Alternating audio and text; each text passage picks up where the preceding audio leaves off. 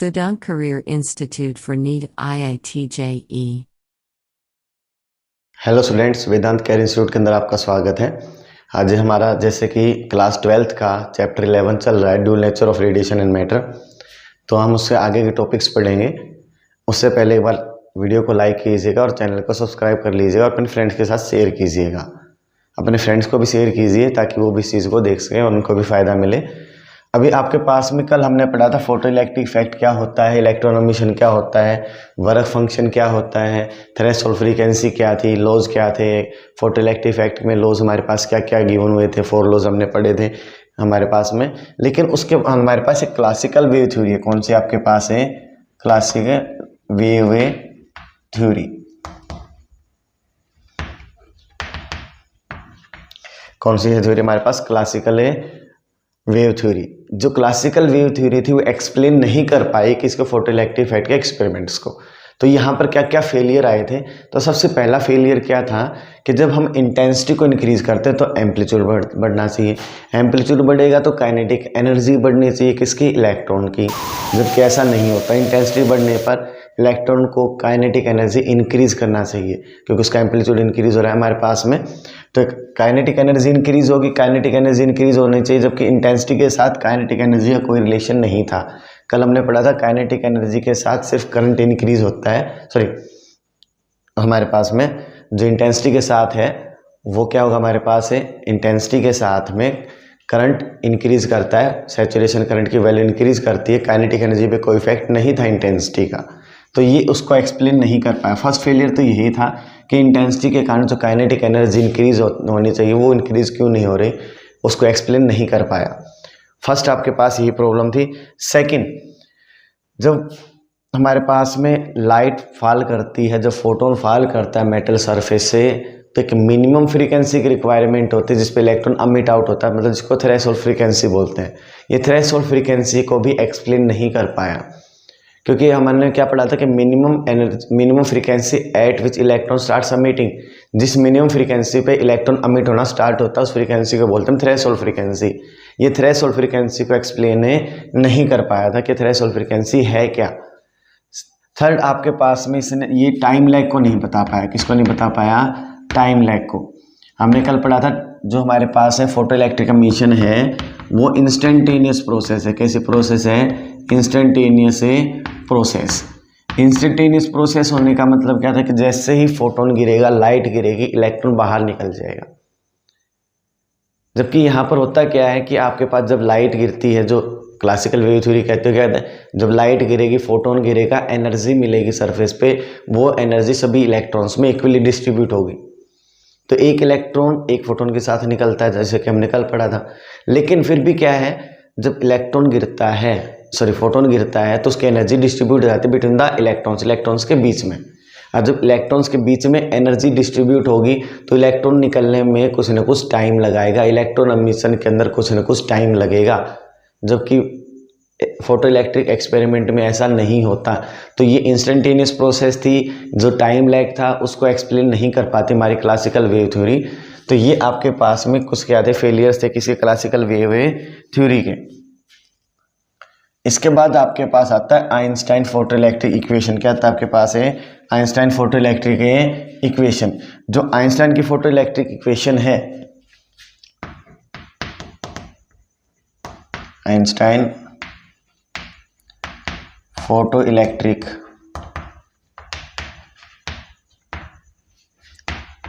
Equation, क्या आपके पास Einstein photo electric equation. पहला तो जो आइंस्टाइन था इसने मैटर के साथ इंटरेक्शन लिया था पार्टिकल का, कि जब लाइट गिरती है तो एक्ट एज ए पार्टिकल, जिसको हमने फोटोन बोला था। कि स्मॉल पैकेट ऑफ एनर्जी ने लाइट रेडिएशन, एक लाइट रेडिएशन के अंदर स्मॉल पैकेट ऑफ एनर्जी होते हैं जिनको हम फोटोन या क्वांटा बोलते हैं। तो और जब लाइट किसी भी मैटर के साथ, मटेरियल के साथ स्ट्राइक करते, it act as a matter या पार्टिकल। वो किसका काम करेगी? पार्टिकल का काम करेगी। तो एक तो आइंस्टाइन ने इसको लिया था बात को। एक सेकंड उसने क्या बताया था आपके पास में? वर्क फंक्शन बताया था कि minimum energy required to remove the electron, कि जो मिनिमम एनर्जी रिक्वायर्ड होती है to remove the electron from the surface of metal is called work function. तो फोटोन उसने पहले क्या लिया, फोटोन, लाइट को क्या बताया, स्मॉल पैकेट ऑफ एनर्जी, जिसमें एनर्जी क्या होगी फोटोन की, एच म्यू, जहाँ पर एच क्या है आपका प्लैंक्स कांस्टेंट, क्या है प्लैंक्स कांस्टेंट, और म्यू क्या है आपके पास थ्रेशोल्ड फ्रीक्वेंसी, क्या है थ्रेशोल्ड फ्रीक्वेंसी।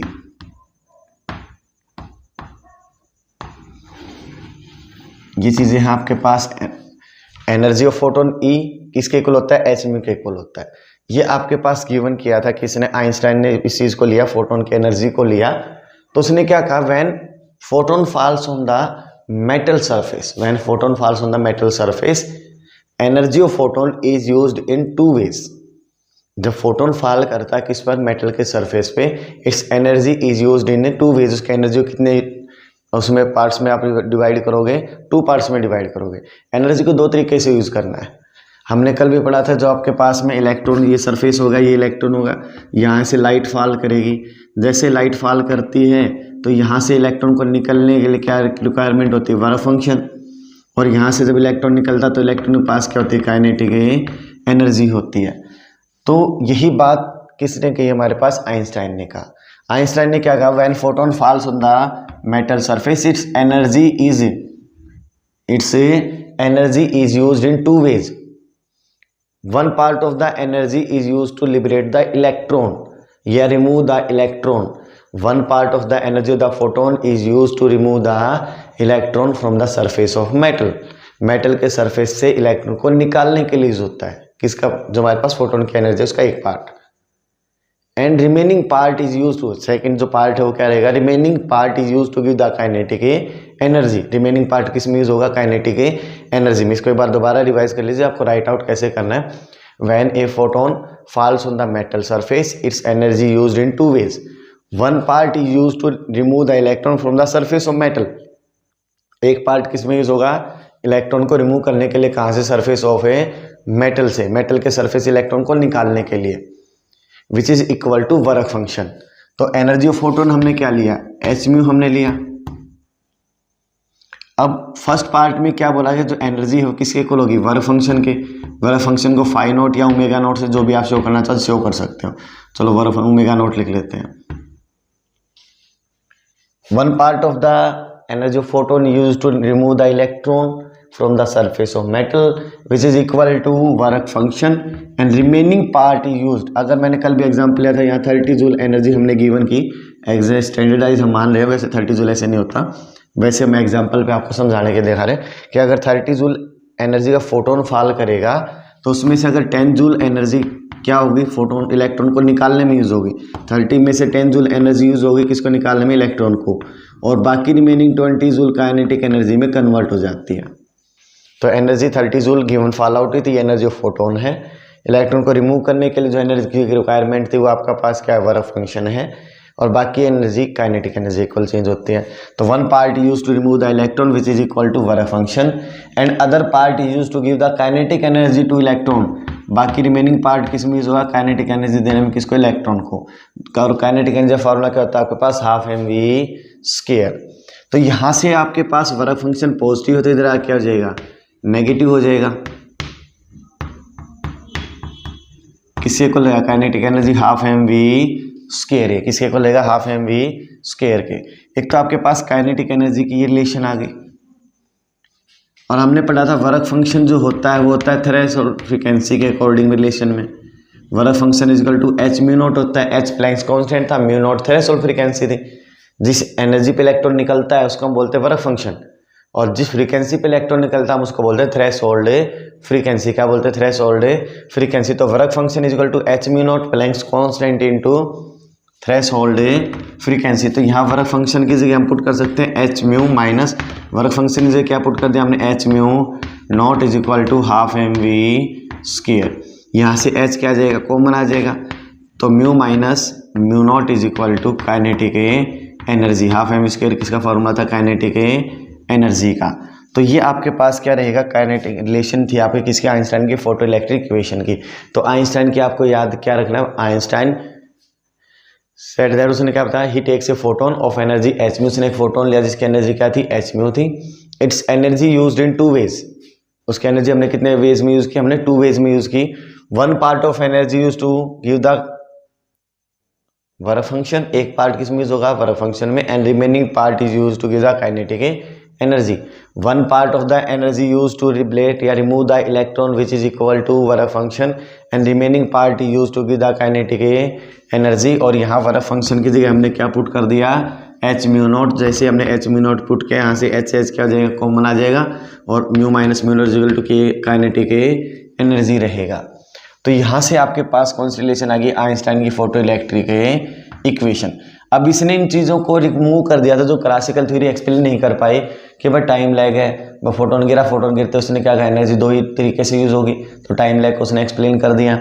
साथ में उसने काइनेटिक एनर्जी को भी एक्सप्लेन कर दिया। काइनेटिक एनर्जी नेगेटिव नहीं होती, देखो काइनेटिक एनर्जी नेगेटिव नहीं होगी क्योंकि फर्क हमारे पास थ्रेशोल्ड फ्रीक्वेंसी क्या है, जिस फ्रीक्वेंसी पे इलेक्ट्रॉन निकलता है उसको बोलते हैं थ्रेशोल्ड फ्रीक्वेंसी। अगर ये फ्रीक्वेंसी ज़्यादा है तो नेगेटिव है, नेगेटिव आने पर काइनेटिक एनर्जी नेगेटिव नहीं होती। ये भी प्रूव कर दिया उसने थ्रेशोल्ड फ्रीक्वेंसी के फंक्शन को भी। वैसे आपको इतनी ज़्यादा एक्सप्लेनेशन की रिक्वायरमेंट है नहीं यहाँ पर, आपको सिंपली याद रखना आइंस्टाइन की फोटो इलेक्ट्रिक इक्वेशन क्या रहेगी आपके पास kinetic energy equal to h mu minus में म्यू नॉट। तो हमारे पास हमने अभी पढ़ लिया आइंस्टाइन की फोटो इलेक्ट्रिक इक्वेशन। अब आइंस्टाइन फोटो इलेक्ट्रिक इक्वेशन को आपने याद कर लिया। आइंस्टाइन की फोटो इलेक्ट्रिक इक्वेशन किसके इक्वल रहेगी, आइंस्टाइन की फोटो इलेक्ट्रिक इक्वेशन का क्या फार्मूला है आपके पास kinetic energy is equal to h mu minus mu not. ये आपकी इसमें से है। अगर हम कट ऑफ पोटेंशियल यानी stopping potential frequency threshold frequency के बीच की रिलेशन निकालते हैं तो उस चीज़ के अंदर आपको यहाँ पर क्या होगा, देखो हमने कल पढ़ा था कि जब हम ए प्लेट को नेगेटिव देते हैं, अगर आपने पीछे वाली वीडियो नहीं देखी उसको देख लीजिए ध्यान से, अगर कोई डाउट है तो उसको दोबारा देख लीजिए, फिर भी कोई डाउट है तो कमेंट बॉक्स में डाल दीजिए या हमारे टेलीग्राम ग्रुप के अंदर आके ज्वाइन हो जाइए। टेलीग्राम ग्रुप का लिंक आपके पास डिस्क्रिप्शन बॉक्स के अंदर गिवन है। तो यहाँ पर हमने कल पढ़ा था कि जैसे हम प्लेट ए को नेगेटिव देते तो इलेक्ट्रॉन्स रिपेल होते हैं, तो इलेक्ट्रॉन को रिपेल करने के लिए इलेक्ट्रॉन को स्टॉप करने के लिए हमें यहाँ से नेगेटिव पोटेंशियल लगाना पड़ा, हमें कुछ ना कुछ वर्डन किया। वो वर्डन किसके इक्वल हुआ काइनेटिक एनर्जी, जिस काइनेटिक एनर्जी के साथ इलेक्ट्रॉन आएगा, जिस काइनेटिक एनर्जी के साथ इलेक्ट्रॉन आएगा उसी काइनेटिक एनर्जी के इक्वल हमें एनर्जी रिपल्सन में यूज़ करनी पड़ेगी ताकि हमारे पास में क्या हो इलेक्ट्रॉन स्टॉप हो जाए, वो प्लेट ए तक ना आए। और ये काम कौन करता है, स्टॉपिंग पोटेंशियल करता है। तो पोटेंशियल के अकॉर्डिंग जो हम वर्क डन करेंगे वही वर्क डन क्या करेगा, उसी काइनेटिक एनर्जी के अकॉर्डिंग इलेक्ट्रॉन को स्टॉप करेगा। तो हमारे पास में क्या रहेगा, हमने पढ़ा था वैसे आपके पास पोटेंशियल फॉर्मूला होता है वर्क डन बाई चार्ज। क्या होता है वर्क डन बाई चार्ज, तो वर्क डन किसके इक्वल हो जाएगा चार्ज इंटू पोटेंशियल। तो अगर हम यहाँ से वर्क डन मतलब काइनेटिक वर्क डन हम निकाल रहे हैं, वर्क डन किससे इक्वल हो जाएगा चार्ज ऑफ इलेक्ट्रॉन ई, हम स्टॉपिंग पोटेंशियल को वी नॉट से शो कर रहे थे H mu minus mu not जो काइनेटिक एनर्जी थी आपके पास आइंस्टाइन की रिलेशन के अकॉर्डिंग। और हमने जो वर्डन किया मतलब जो हमने वर्डन किया था वो किसके इक्वल था काइनेटिक एनर्जी के। स्टॉपिंग पोटेंशियल से जो हमने वर्डन किया वही काइनेटिक एनर्जी के इक्वल आ गया। ये सेकंड इक्वेशन है आपकी। अगर हम यहाँ पर अगर हम क्या करते हैं देख ये और ये दोनों लेफ्ट हैंड इक्वल है तो राइट हैंड भी क्या हो जाएंगे इक्वल हो जाएंगे।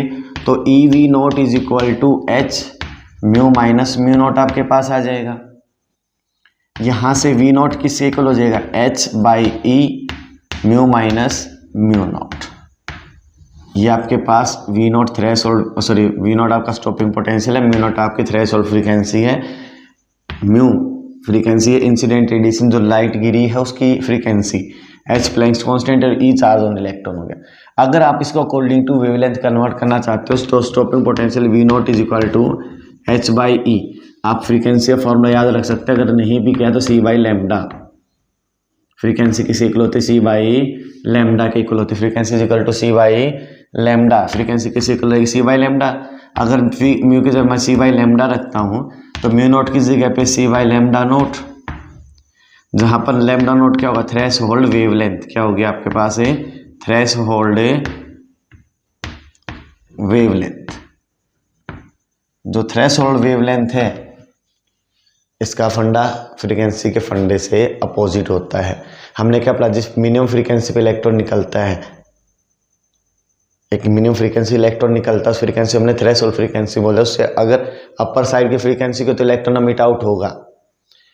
वेवलेंथ में अपोजिट होता है। अगर वेवलेंथ गिवन वेवलेंथ से बड़ी होगी तो इलेक्ट्रॉन अमिट आउट नहीं होगा, उससे स्मॉलर होगी तो इलेक्ट्रॉन अमिट आउट होगा।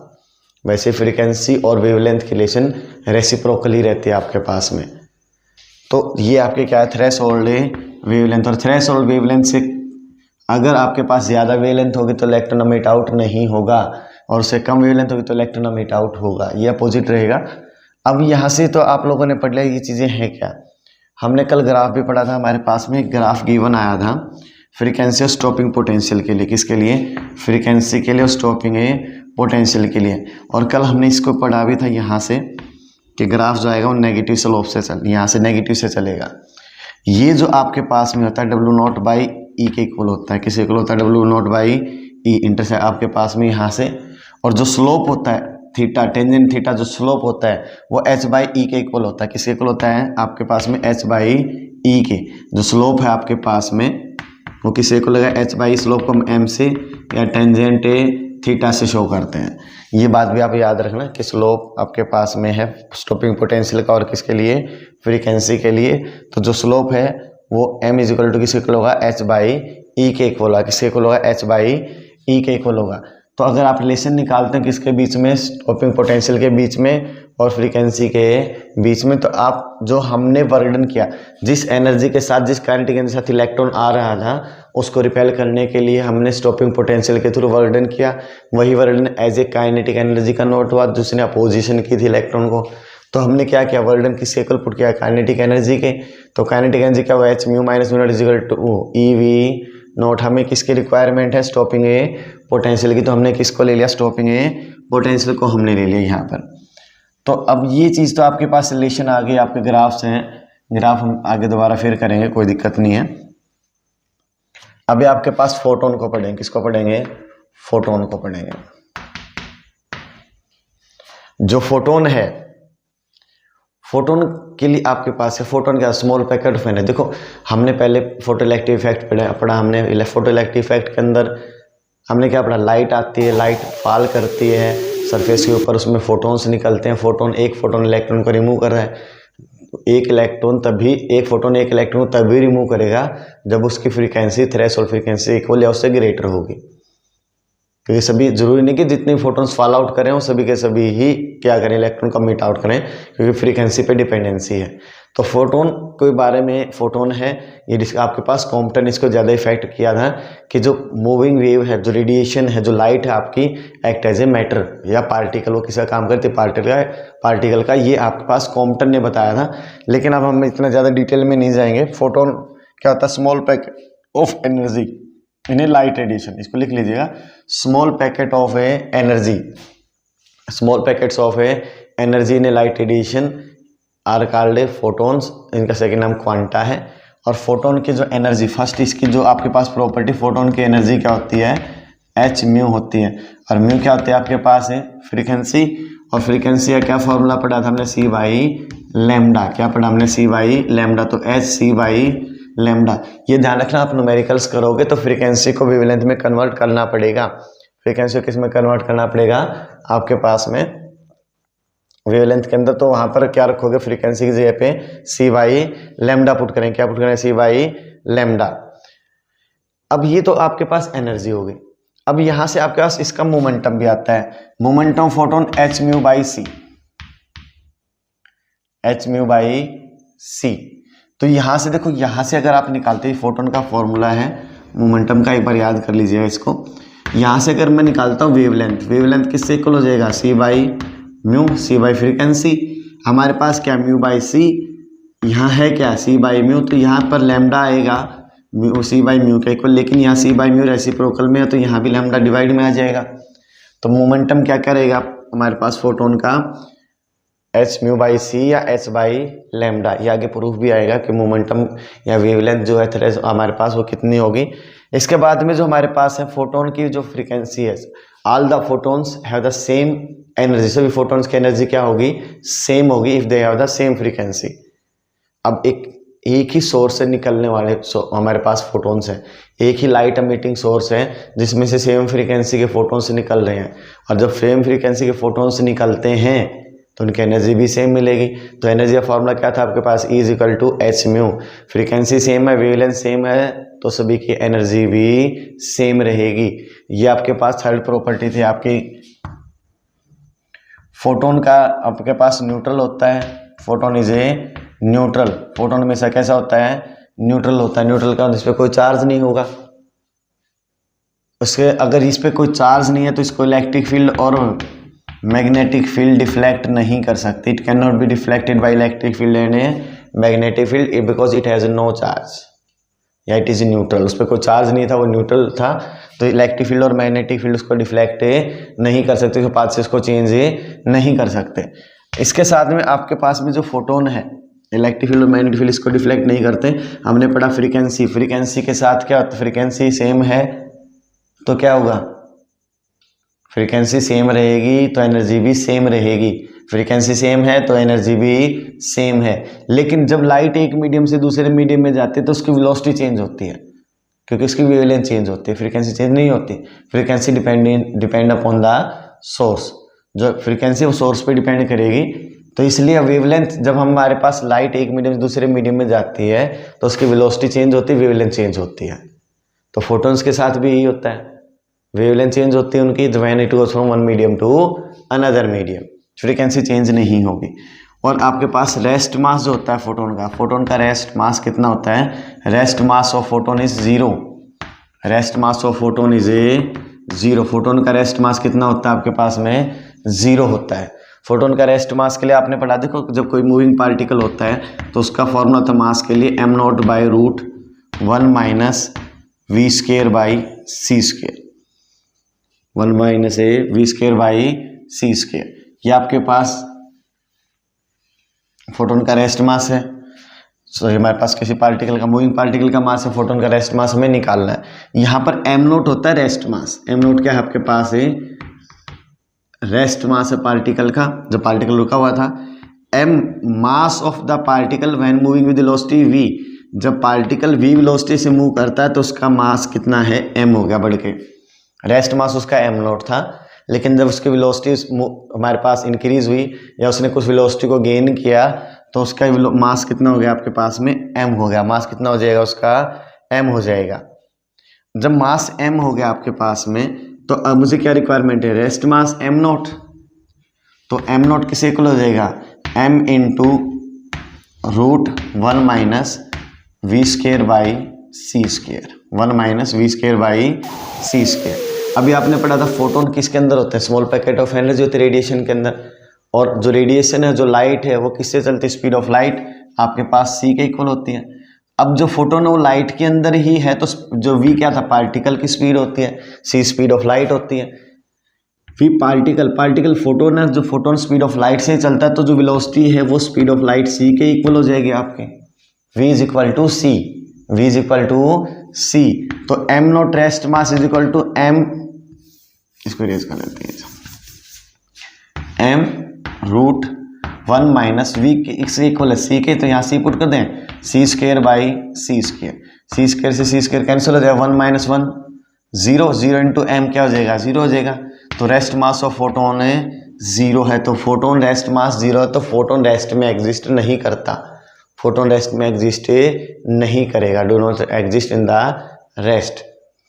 तो आपके पास फोटोन का रेस्ट मास क्या आ गया, 0 आ गया, वो न्यूट्रल है, उसकी एनर्जी हमने पढ़ ली, मोमेंटम का फॉर्मूला हमने पढ़ लिया, फ्रीक्वेंसी के साथ एनर्जी सभी की सेम होती है, इलेक्ट्रिक फील्ड मैग्नेटिक फील्ड उसको डिफ्लेक्ट नहीं कर सकती क्योंकि वो न्यूट्रल है। तो ये हमने कुछ प्रॉपर्टीज पढ़ी किसके लिए, फोटोन के लिए। अब यहाँ से आपके पास में फोटोन के बाद हम देखते हैं फोटोन जो हमारे पास में था, यहाँ से फोटोन को पढ़ने के बाद फोटोन की प्रॉपर्टीज को भी हमने यूज किया। फोटोन की एनर्जी का फॉर्मूला हमने क्या पढ़ा था, फोटोन की एनर्जी का फॉर्मूला क्या है, अभी आपके पास है एच म्यू आ गया। तो एनर्जी ऑफ फोटोन क्या रही है आपके पास, एच म्यू रहेगी। एनर्जी ऑफ फोटोन क्या रही है आपकी, एच म्यू रहेगी। लेकिन अब यहाँ पे जो आपके पास एनर्जी ऑफ फोटोन हमने पढ़ लिया, इसकी डिटेल्स पढ़ ली, फोटोन होता है क्या है, फोटोन के प्रॉपर्टीज क्या क्या है। तो अब यहाँ पर आपके पास आता है फोटो इलेक्ट्रिक सेल। क्या आता है, फोटो इलेक्ट्रिक सेल। देखो ये जो टॉपिक है समझाने के लिए ठीक है, समझा देंगे इसको आपको, लेकिन फिर भी मोस्टली आपके सिलेबस से आउट ही है ये, मोस्टली आपके सिलेबस से आउट ही रहता है, लेकिन फिर भी इसकी जो कंस्ट्रक्शन है, जो इसकी वर्किंग है, जो इसका आपके पास के इफेक्ट्स हैं वो सारे सेम हैं जो फोटो इलेक्ट्रिक इफेक्ट के लिए थे। तो इसको इसी तरीके से आपको सेम मेथड से समझा देते हैं कि जो आपको याद रहे। Photo electric cell is a device which convert light energy into electrical energy. Photo electric cell क्या रहे आपके पास, it is a device which convert, वो डिवाइस जो कन्वर्ट करती है light energy into a electrical energy, light energy into electrical, जो light energy को इलेक्ट्रिकल एनर्जी में कन्वर्ट करता है, उस डिवाइस को हम बोलते हैं फोटो इलेक्ट्रिक सेल। अब जो फोटो इलेक्ट्रिक सेल है, कल हमने पढ़ा था हमारे पास में जो एक्सपेरिमेंट हमने किया फोटो इलेक्ट्रिक इफेक्ट का, तो वहाँ पर एवोकेटेड ग्लास और क्वार्ट्ज ट्यूब थी आपके पास। तो इट कंसिस्ट ऑफ, जो फोटो इलेक्ट्रिक सेल है, it also consist of evacuated glass और क्वार्ट्ज ट्यूब। अब जो ट्यूब है नीचे से हम इसको क्लोज करेंगे, यहाँ पर होल्स होते हैं जहाँ से वायरिंग जाएगी आपके। एवोकेटेड ग्लास और quartz tube, this tube have semi cylindrical plate C, half cylindrical plate इसमें सी रहेगी, विच इज कॉल्ड कैथोड। जिसको हमने क्या बोला था, कैथोड बोला था। इसको हमने अमीटर भी बोला था कि लाइट को हमारे पास इलेक्ट्रॉन्स को अमिट करेगा, तो कैथोड हो गया। हमने कैथोड को कहाँ पर रखा था, वहाँ पर नेगेटिव पे, तो C is kept at a negative potential. C को किस पे रखा गया, नेगेटिव पोटेंशियल पे रखा गया। ये फोटो सेंसिटिव मटेरियल है। फोटो सेंसिटिव मटेरियल मैंने कल भी बताया था आपके पास में। फोटो सेंसिटिव मटेरियल क्या होता है, which emit the electrons on falling of the photon. जब फोटोन्स फॉल करते हैं तो उसमें से इलेक्ट्रॉन्स अमिट आउट होते हैं, तो ये आपके पास में फोटो सेंसिटिव मटेरियल होता है आपके पास। और यहाँ पर हम मेजर करने के लिए करंट को माइक्रो एमीटर हम इसको यूज कर लेते हैं। ए इज अनदर सिलेंड्रिकल प्लेट, एक और हमारे पास क्या है, सिलेंड्रिकल प्लेट ए है, जिसको हम एनोड बोल देते हैं, जिसको हम क्या बोलते हैं, anode. Kept eight positive potential, जिसे किस पे रखा गया था, पॉजिटिव पोटेंशियल पे। यहाँ से किससे कनेक्ट होगा, पॉजिटिव पोटेंशियल से। और यहाँ पर आपके पास रेजिस्टेंस का हम यूज़ करते हैं ताकि हमें कंट्रोल कर सकें करंट को। और यहाँ से आउटपुट जाएगी आपके पास टू एम्पलीफायर। यहाँ से आउटपुट कहाँ जाएगी, टू एम्पलीफायर, मतलब हम बाहर उसको आउटपुट को भेज दें जो करंट हमारे पास है। सो एम्पलीफायर, एनर्जी किस में चली जाएगी, एम्पलीफायर के अंदर चली जाएगी। तो यहाँ से सिलेंड्रिकल प्लेट सी हो गया। अब ये एवोकेटेड ग्लास और क्वार्ट्ज ट्यूब है, तो ग्लास और क्वार्ट्ज ट्यूब हमारे पास थी। When light of suitable frequency falls on the cylindrical, जो सेमी सिलेंड्रिकल आपके पास फोटो सेंसिटिव मटेरियल सी है, प्लेट सी है आपके पास।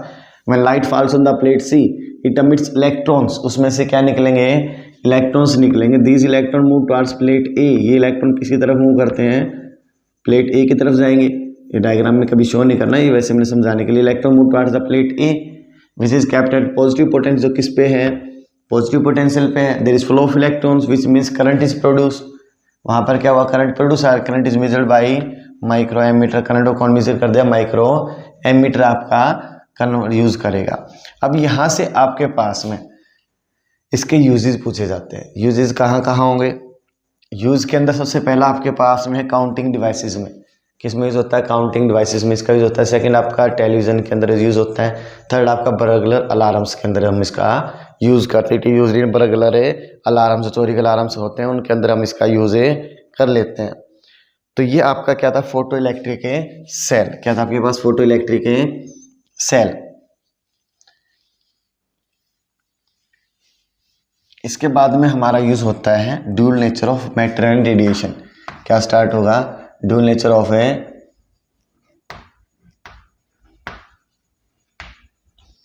Matter and radiation.